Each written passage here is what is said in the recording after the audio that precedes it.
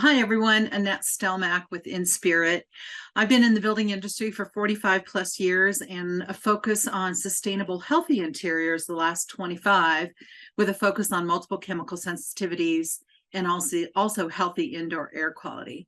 So with that, we're going to watch a quick video. Yes, sir. We do have a small fire. It's just south of Marshall Road on Highway 93. We're extinguishing it now. I'll get back to you here in a few minutes. We need to let folks know to the east of our incident that we now have fire on both sides, and it's pushing east fast.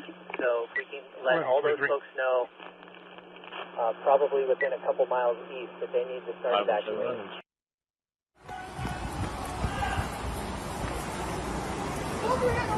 Come on.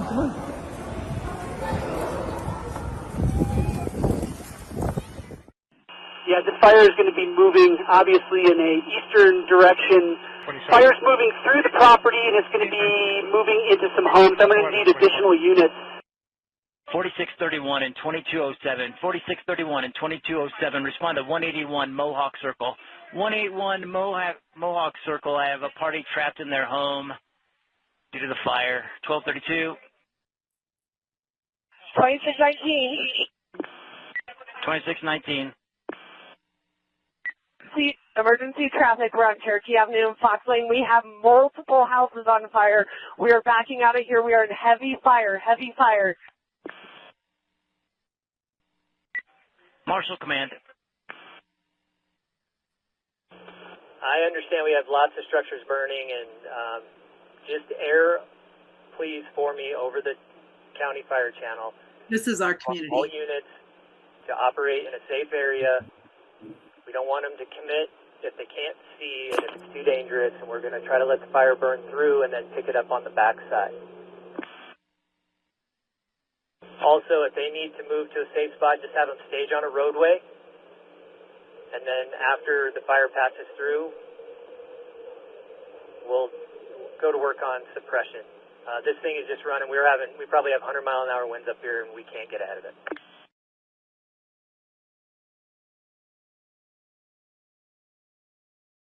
So as you heard, the winds were over 100 miles per hour. This is our backyard and a street about 2 blocks away showing where the fire was igniting.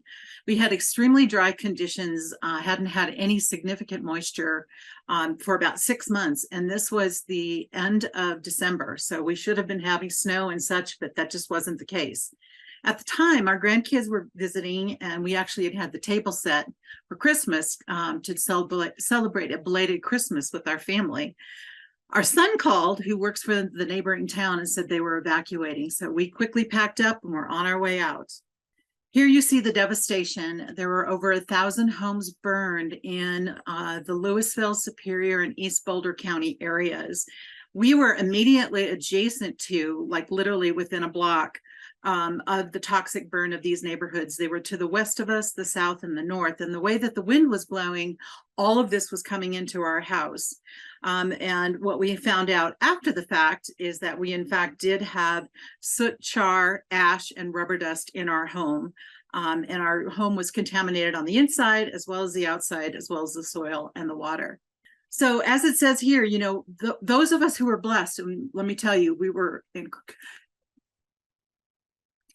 it still gets me incredibly blessed. But we did quickly move on to figuring out what to do. So in fact, I was in there vacuuming the day that we left. And then when we came back, and I have learned so much. We had about 4 feet of soot that came into the home. And we did a great job of trying to clean up as much as we could, but definitely were surrounded by things that we shouldn't have been.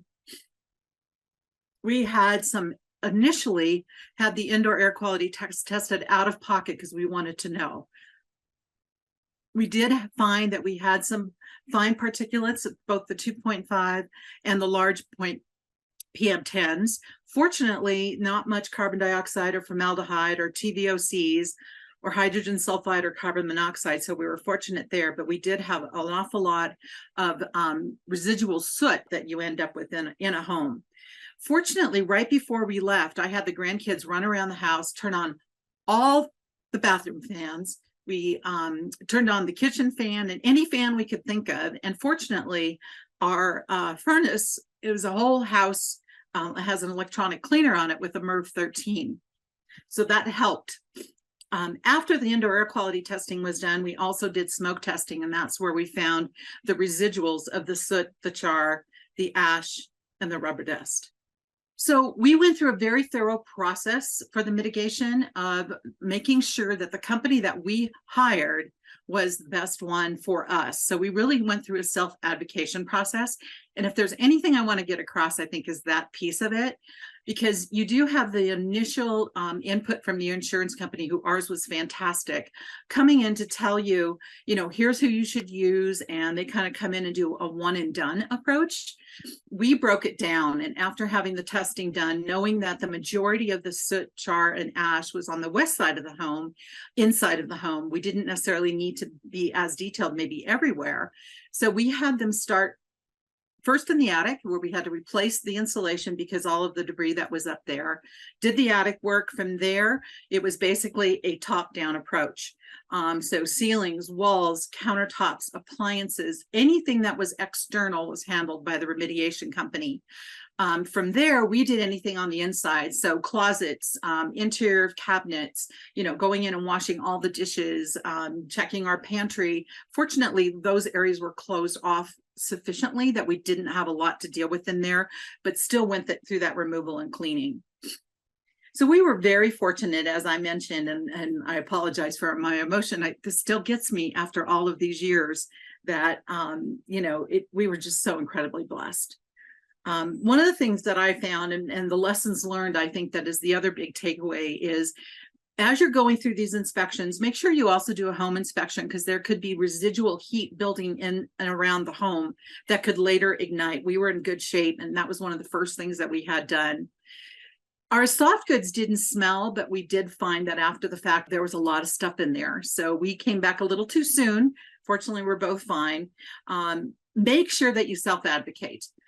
Document your losses, work closely with your insurance company. As I mentioned, ours was incredibly supportive, and I think learned some things, you know, through the sort of healthy home environment approach that I was taking. And then go through and confirm that the mitigation path that you're taking really does meet your goals and your needs. And don't be afraid to ask the questions, ask the hard questions, ask, you know, what kind of cleaning products are you using? Why are you putting an ozonogenator in my home? I don't want ozone in my home, things of that nature, and make sure that you understand. And we took the time and the effort and the cost to hire the certified hygienist, the indoor air quality specialist, to make sure that all of that was handled. And in the end, had it retested so that if we ever sell our home, would be good. And then last, what you'll see here is our timeline. So it took us almost 7 months from start to finish to go through everything. And that was probably not ideal, but I wanted to make sure that we were doing it right. And ironically, the piece that took the longest was the garage, because it was directly exposed and obviously not as leak proof, and unfortunately a lot of stuff in there too. So as I said, thanks for having me. Incredibly blessed and so happy to be part of this